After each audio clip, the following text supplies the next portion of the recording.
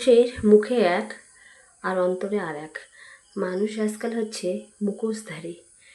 মানুষের উপরটা দেখে কখনোই বোঝা যাবে না যে কে কী রকম চরিত্রের মানুষ।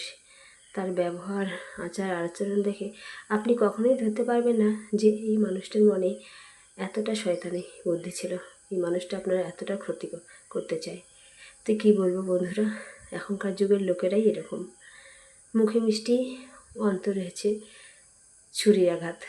যাই কীভাবে মানুষের ক্ষতি করা যায়, কীভাবে অন্যের ক্ষতি করে নিজে ভালো থাকা যায়, এখনকার যুগে এটাই চলছে।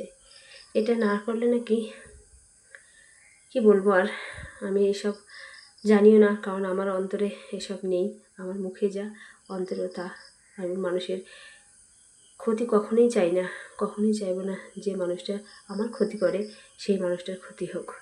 তার ক্ষতি তো স্বয়ং ঈশ্বরই করবে, আমি করার কে বলুন?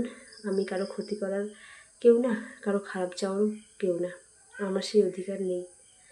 তো হ্যালো এভরিওয়ান, সবাই কেমন আছেন? আশা করি ভালো। আমি আজকেও একটা ছোট্ট ব্লগ নিয়ে আপনাদের সামনে হাজির হলাম। তো কালকে হয়েছে সংক্রান্তি, আজকে আমি পুজো বসাবো, মানে পুজোর রেডি করছি। কারণ তুলসী গাছে পুরো এক মাস ধরে যে জল ঢালা হলো, ঘর দেওয়া হয়েছে, সেটাকে আমরা ঝরা বলি। তো সেটা নামানোর দিন ছিল কালকেই, তো কালকে কারণবশত নামানো হয়নি। তো আজকে আমি সেই সবই রেডি করছি।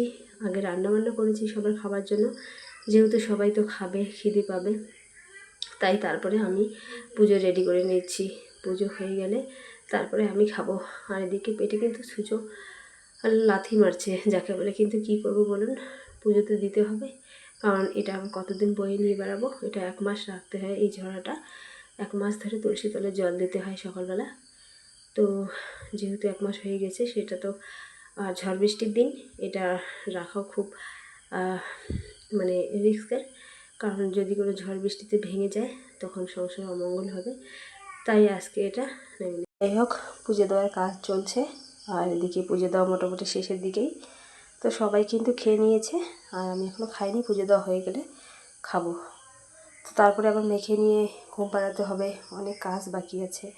মেয়ে তো আমাকে ছাড়া দিনের বেলা ঘুমাই না, যদি বাড়িতে থাকে তো সারাদিন আমার পিছিয়ে পিছিয়ে ঘুরবে, একদম ও ঠাম্মির কাছে শুবে না, ঘুমাবেও না। তো তাই খুব তাড়াতাড়ি করে কাজ সারছি। কী করব, মেয়ে হওয়ার পর থেকে এরকমই আমার কাজ, খুব যত তাড়াতাড়ি পারি শেষ করতে হবে। তো যাই হোক বন্ধুরা, পুজো দেওয়া মোটামুটি শেষের দিকে। আর দেখুন, উঠানে পুজো দেওয়া হয়ে গেছে। আর এই যে এটা হচ্ছে ঝরা, এটাকে বলে, এটা নামিয়ে নিলাম। তারপরে খেতে বসে পড়লাম। দেখুন, ডাল রান্না করেছি, আর হচ্ছে ঘন্ট করেছি, আর আলু ভাজা করেছি।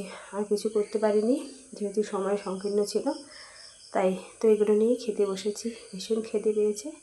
তো ভিডিওটা কেমন লাগলো বন্ধুরা, সবাই একটু কমেন্টে জানাবেন। সবাই খুব খুব খুব ভালো থাকবেন, সুস্থ থাকবেন, আর অন্যের ক্ষতি করা থেকে বিরত থাকবেন। একটা কথা মনে রাখবেন, যারা অন্যের ক্ষতি করে তাদের ক্ষতি মানুষকে করতে হয় না, স্বয়ং ঈশ্বরই তাদের ক্ষতি করে।